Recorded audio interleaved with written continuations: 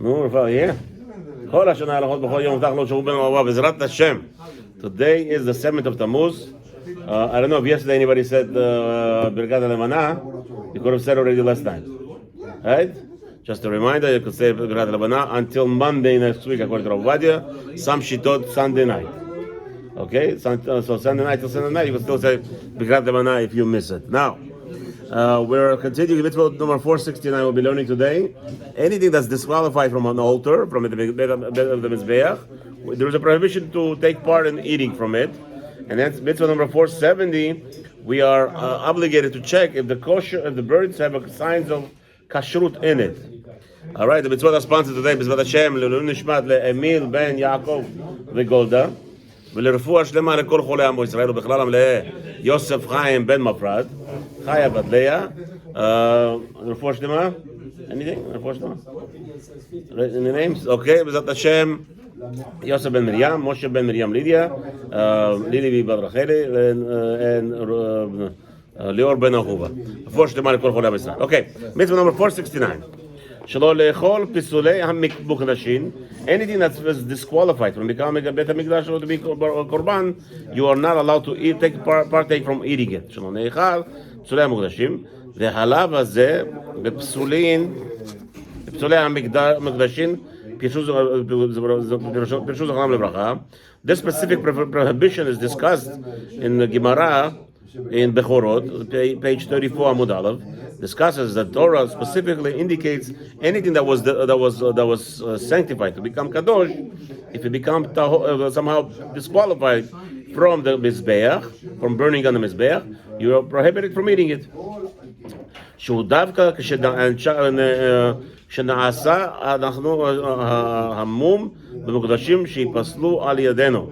This is talking specifically only if we took an animal that was sanctified and then we hit it and took its ear off with a sword or something.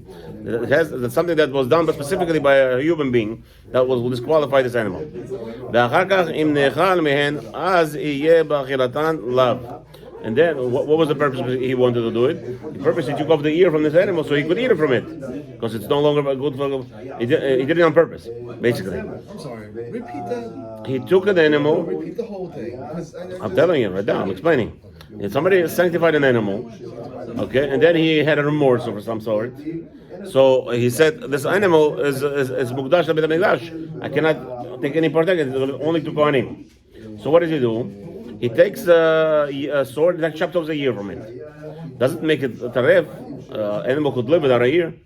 An animal, it's not the most pleasant thing, but okay. It's not going to die within 12 months. So it doesn't make it refa. Now, if he punctured the heart or punctured the liver, okay.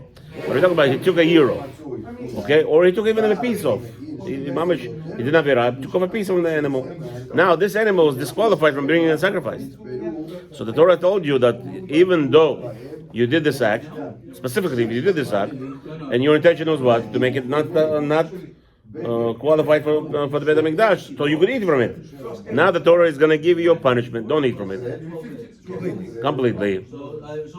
Okay? Okay, so you sanctified the animal, but you didn't have you took a piece of meat off it. Right. Now it's not by the wall. Now you can't do anything with it. Now you can't do nothing with it. Okay? No mitzvot.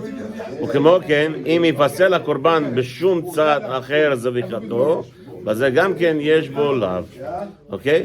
וכמו כן, so too, if the korban gets disqualified in any way, אחר זביחתו, meaning after it was already shechted, בזה גם כן יש בו לאו. So too, it's mitzvot. So too over here, it will be a prohibition. What are we talking about? Specifically, let's say like this: a Kohen had a wrong intention. So a Kohen has a wrong intention, and now that will make the korban not good. So now, for his wrong intention, nobody could eat from it. Okay? And it says within Dvarim, in chapter 14, pasuk al gimel, third pasuk. Lo tochal kol to'eva. You're prohibited from eating all to'eva. To'eva is something that is non-desirable animal. וכן הוא אומר בספרי, and it explains over there in the Sifri on this pasuk, לא תאכל כל תועבה. What does that mean? You're not allowed to eat anything that's not desirable. בפסוליה המוקדשים הכתוב מדבר. It's talking about specifically what is not desirable. This animals that were sanctified, that were ready to be sanctified, that were fit. How can you sanctify an animal? Only if it's fit to be in a big mikdash. So he sanctified something, and then it became disqualified. And disqualified animal, it's a non-desirable korban. It's a to'eva. You cannot bring it into the Beit HaMikdash because it's not desirable. And so that's what it meant. And this mitzvah specifically means this korban, where there was sanctification and there was a blemish that was performed either by an act, or let's say in the case with the Kohen, where he disqualified the korban from its original after the shechita. After the shechita already, you could take off pieces of meat from here there. It doesn't disqualify. The only way to disqualify an animal after shechita, it could be two things: either a bad machshava, or postponing the presentation of the blood. Okay, postponing either the blood became dry, because of the blood. So you have to move the blood constantly. It becomes dry otherwise, or so they didn't throw it on the mizbeach. Or the korban was whatever. Either was pigul, meaning it waited more than the allotted time. You're supposed to eat it by a certain time, or they're supposed to be burned by a certain time. They waited over that period, then it has to be burned outside of the mikdash. You're not be burned there anymore. Okay. ושם נאמר עוד, רבי אליעזר בן יעקב אומר, רבי אליעזר בן יעקב says, בניין לצורם אוזן הבכור ואכל ממנו שעובר בלא תעשה. So this would be specifically speaking, this would be not that a person sanctified an animal, where the animal is sanctified at birth, which case is the firstborn. All the firstborn animals are immediately sanctified to become kadosh. We're talking about out of the three, the goat, the sheep, and the cow. From those three, if there's a first bechor, if it's a first boy, those are immediately sanctified to be the mikdash. As we say from the Yetziat Mitzrayim, Hashem made the exchange. So all the bechorim belong there. So what will the person do? He will go intentionally, will make a hole in the bechor. Because Torah tells you, if there is a mum on the bechor, you're allowed to eat from it. So some people will do that. They will go intentionally and rip off the ear. Or they would puncture the ear. And in America they do that. They puncture the ear of the animal, and they hang on it the tag. Every animal gets tagged. Okay. Shenemar lo tuchal kol to'eva, and that would be what again? Hashem said, "This bechor, I gave bechor to this nekeva. I gave bechor to this female sheep. The purpose was because I want the bechor to go to Kohanim. That's their matanot. That's their what's his name? That's the parnasah, their sustenance. They're serving me in the Beit HaMikdash without any. They're not allowed to do anything else. And here you are, you're coming and making a hole with this animal. So you know what? Then will punish you and punish them, and not punish them. It's not they didn't get it. Just it's your misbehavior. So that's called to'eva. This behavior that the person did, that's undesirable behavior. To'eva. ועוד אמרו זיכרונם לברכה, and our sages explained, שיש בכלל זה הלאו אזהרה שלא לאכול פיגול ונותר. So the rabbi explained this over here. Also, there is a warning that you're not allowed to eat anything that was bad pigul, bad machshava, that a kohen had a wrong intention in the middle of the korban, or notar, anything that was left over after the period when the female mitzvah was supposed to be performed with its meat. That meat will be asur from anybody to touching, mean eating. וכבר כתבתי עניינם בסדר צו. I already explained to you as a mitzvah over there, mitzvah number 144, in reference to the leftovers after the period of its time. Right? Every korban has to eat within a certain date. Let's say korban todah, thank you todah. Thanks offering must be eaten before sunrise the next day. Meaning Hashem wants you to finish the whole. Imagine a guy brings in a thanks offering, 2,000 pounds of cow. So take off all the bones there, you have about 700 pounds of meat. You know what 700 pounds of meat is? I'll tell you, 700 pounds of meat, if you're going to steak it, it's 700 people have to eat a steak of 1 pound of steak. How big is a steak when you eat it? We have a pound? Huh? Different cuts. How much people could eat already? You need 700 people to eat 1 pound of meat. It's like a whole wedding. It's a wedding. More than a wedding. No, usual wedding. I mean, okay, that's That's a lot of people, right? yeah. So like 700 portions. Average wedding today is 250. How much you eat in a wedding? You go, you get a smorgasbord. First you get a smorgasbord. Then you It's a fish. little this, that, and then you get a whole meal. And in the middle of the meal, there's like 4-course meals in a wedding. So 700 is not so much. You're talking about Bakari weddings. That's what do you think? I don't know any other weddings. What do you think? Those Ashkenazi weddings where they put 3 salads on the table? Mazeh, zochel.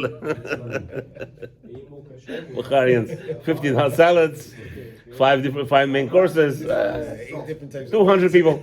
200 people will finish the 700 pounds in one night. Don't worry. Now, so again, what happens if you have leftover the next day from the Tudah Korban, from the thanks offering? That's it. It has to be burned. It cannot be eaten. So again, so that's called Notar. Because we want you to stress the miracle Hashem done to you. The whole purpose of Korban Todah is the miracle that Hashem performed to you.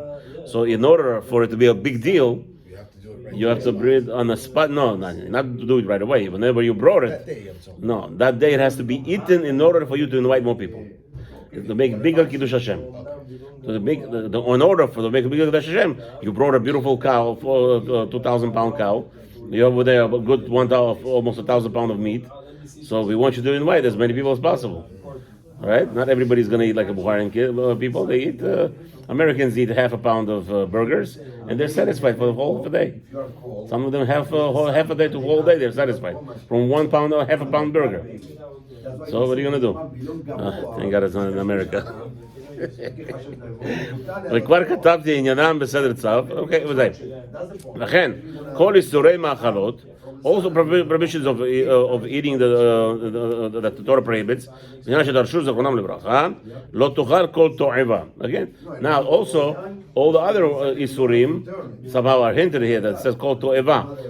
Let's say a pig. A pig, it's not kosher, but it's undesirable, also undesirable. You're not allowed to eat it.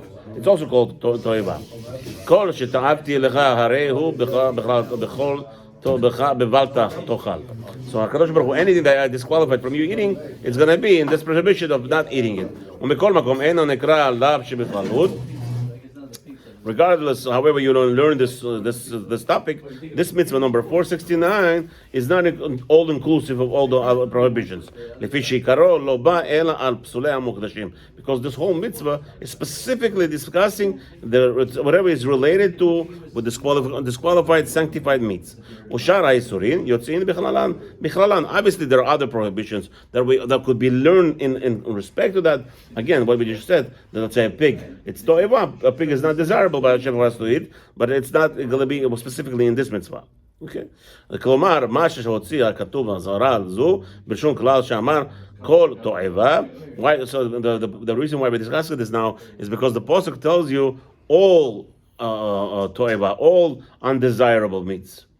Right? So, ולא אמר לא תאכל פסולי המוקדשים, בפירוש, but the Torah over here did not specifically say, mitzvah number 469 is prohibiting specifically all the sanctified meats that were disqualified to be brought on the Mizbech, and therefore it's not allowed to be eaten. ובנכן, נחשבהו לאו מיוחד לעיקרו ונלמוד ממנו אזהרה לשאר העניינים וקבל האמת ממי שאמרו. So like this. The reason why we're going into the whole dilemma the Rabbi is bringing here, the Rabbi is telling us that there is a concept of in the Torah, in order to punish for Avera, you have to have a warning, and then you have to tell us the prohibition. You can't just tell us a prohibition, and a person will get punished without a warning. So meaning the Torah has to have double language. And also there's such a concept as that we don't learn warnings from Kal Vachomer. The Torah is very, very meticulous. Specifically, the Torah wants you to be the person to be punished for certain avera. It has to indicate those two scenarios where there is a warning and there is a prohibition. If one of them is missing, the person cannot get lashed. So we're talking about over here that in this Isur 469, there is also a warning for the other Isurim. There's a warning for eating all the other to'evot, which are the undesirable products like pig, or anything that's not kosher. Lion, somebody wants to eat an elephant or crocodile. All those things that are not kosher are included in this warning. In this, because that's why the Torah says kol to'eva. In this pasuk it says all undesirable meat you should not eat. Even though over here specifically it's talking about korban, but since it says kol, but so that we indicated over here, it means specifically the warning of not eating disqualified korbanot and prohibition of not eating, but of what's his name, eating of disqualified korbanot. So over here, it's telling you also like a warning and reference to all the other Isurim to teach you that you could learn from this pasuk that concept of warning for other undesirable meats. כבר כתבתי כמה פעמים כמשורשי המצווה שנמנעו התורה להתקרב אל ההקדש ומנגוע בקצרהו הוא כדי לתת מוראת העיניים האלה על ליבנו ולקרם בענייננו למען יתעוררו ירחמנו ויעמו ויעוננו ויערך לבבינו. So he says like this. What's the purpose of this mitzvah? Obviously, I already explained to you many times, so she just wants to repeat it again and stress on us the importance of something to have a korbanot, a sanctified animals, of anything that's to do with Beit HaMikdash. It has that we want to constantly stress in your heart. Kodesh Baruch Hu wants to implant it in us, and it's a constant battle. For instance, Coca-Cola, right? Coca-Cola is number one drink in the world. Arguing with the Pepsi, they're arguing back and forth. Coca-Cola takes over Pepsi takes over sometimes. Now, if you think about it for a second, each one of them spends billions of dollars a year on advertising. I don't understand you. If you're already number one, why you have to spend so much money on advertising? Literally because they want to stay on top, and every time it's a new commercial. Each commercial costs $12, $15, $20 million. They spend on commercials, 30-second commercials you see on television. There was a lot of thought put into it, a lot of process, a lot of how to catch an eye. Again, people know Coca-Cola already. How much people don't know Coca-Cola? Somebody doesn't know Coca-Cola? No.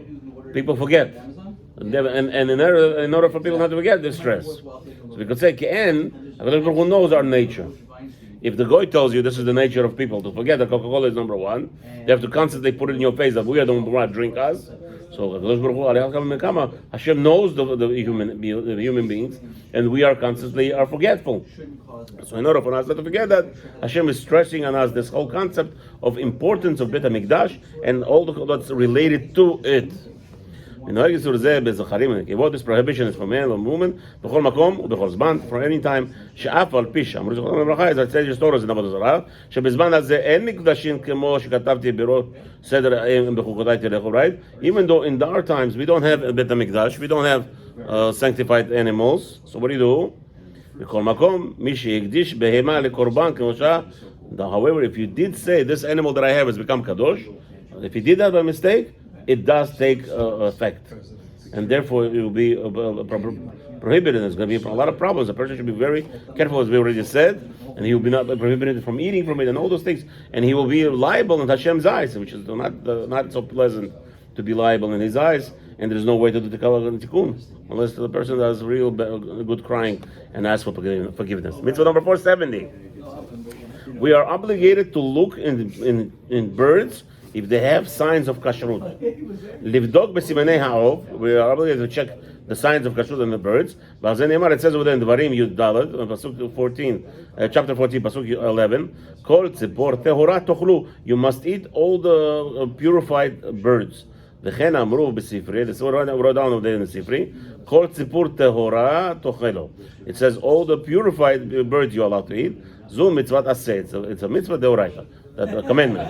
כל עניין מצווה זו שורשה ודיניה. All the connected. ובזה מקום נוהג ובזמן. הכל כתבתי בראש סדר והיא ביום השמיני. It says all that are related to eating obviously the animals that are tahorim, that are what's his name, that are pure in nature, or that actually has an effect on us. I already discussed mitzvah number 153. All that's related to this mitzvah. בעניין בדיקת הסימנים בהמה וחיה בדגים וחגבים שדין כולם שווה. Obviously, so that there's a concept of checking all those animals to which one is kosher or not kosher. All those the purpose is obviously again to stress on us the importance of being vigilant of what is around us and what are we allowed to consume.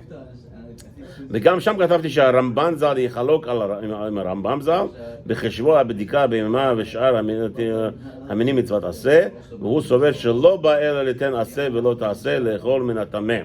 So again, Ramban argues on Rambam, and he doesn't calculate that we have a mitzvah to verify if the bird is kosher.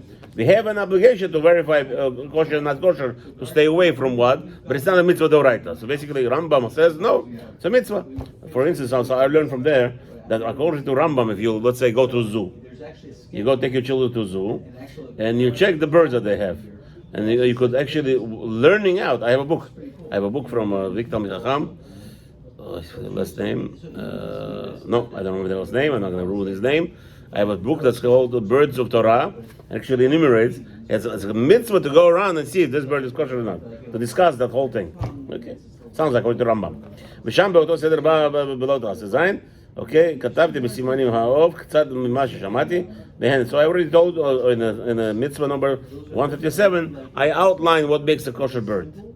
Okay, and B'ezrat Hashem, we are done for today, and B'ezrat Hashem, B'ezrat Hashem, hope you have a wonderful day, don't make any problems. Hashem should give you easy parnasa, without any headaches, and simcha. Joy, a lot of joy.